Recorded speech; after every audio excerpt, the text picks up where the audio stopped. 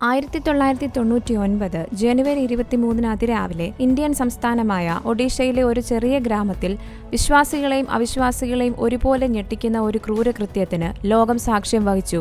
Australian മിഷണറിയായ Graham സ്റ്റെയിൻസിനെയും അദ്ദേഹത്തിന്റെ 2 ആൺമക്കളായ Philip, Timothy എന്നിവരെയും അവരുടെ വാഹനത്തിൽ ഉറങ്ങിക്കിടന്നപ്പോൾ ഒരു ജനക്കൂട്ടം ജീവനോടെ ചുട്ടുകൊന്നു.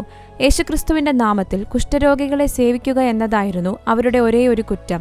എന്നിരുന്നാലും ഈ അഗാധമായ ദുരന്തത്തിൽ നിന്ന് അതിലും വലിയൊരു സാക്ഷ്യം ഉയർന്നു വന്നു. ക്ഷമയുടെയും അചഞ്ചലമായ വിശ്വാസത്തിന്റെയും സുവിശേഷ പ്രചാരണത്തിൽ ദൈവത്തിന്റെ പരമാധികാരത്തിന്റെയും. രക്തസാക്ഷികളുടെ രക്തം സഭയുടെ വിത്താണ് എന്ന് തെർത്തുള്ളിയൻ ഒരിക്കൽ എഴുതി. തിരുവെഴുത്ത് ഈ സത്യത്തെ പ്രതിധ്വനിപ്പിക്കുന്നു. സത്യമായും ആമേൻ ആമേൻ ഞാൻ നിങ്ങളോട് പറയുന്നു, കോതമ്പ് വണി നിലത്ത് വീണ് ചാകുന്നില്ല എങ്കിൽ അത് തനിയെ ഇരിക്കും, ചത്തുവെങ്കിലോ വളരെ വിളവുണ്ടാകും.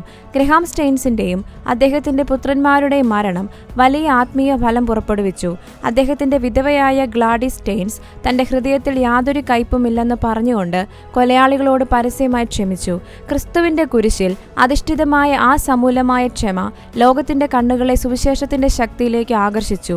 യേശു കുരിശിൽ പറഞ്ഞതുപോലെ, പിതാവേ, ഇവർ ചെയ്യുന്നത് ഇന്നതെന്നറിയായക കൊണ്ട് ഇവരോട് ക്ഷമിക്കണമേ.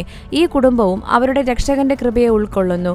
അവരുടെ രക്തസാക്ഷിത്വം ഇന്ത്യയിലെ സഭയെ ശ്വാസം മുട്ടിച്ചില്ല, അതതിനെ ശക്തിപ്പെടുത്തി. കല്ലെറിയപ്പെട്ടപ്പോൾ തന്റെ കൊലയാളികൾക്കായി കരുണയ്ക്കായി നിലവിളിച്ച സ്തെഫാനോസിനെ പോലെ സ്റ്റെയിൻസിന്റെ സാക്ഷി വിശ്വാസികൾക്കിടയിൽ ധൈര്യത്തിനും അവിശ്വാസികൾക്കിടയിൽ ജിജ്ഞാസയ്ക്കും ഒരു ഉത്തേജകമായി മാറി.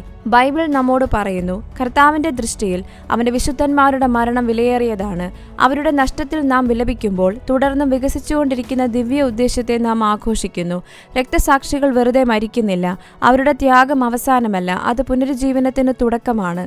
ക്രിസ്തുവിനെ അറിയാനും അവന്റെ പുനരുത്ഥാനത്തിന്റെ ശക്തി അറിയാനും അവന്റെ കഷ്ടപ്പാടുകളിൽ പങ്കുചേരാനും അവന്റെ മരണത്തിൽ അവനെപ്പോലെ ആകാനും ഞാൻ ആഗ്രഹിക്കുന്നുവെന്ന് പൗലോസ് പറഞ്ഞത് നമുക്ക് മറക്കാതിരിക്കാം. ഗ്രഹാം സ്റ്റെയിൻസും പുത്രന്മാരും ഈ കഷ്ടപ്പാടിൽ പങ്കുചേർന്നു.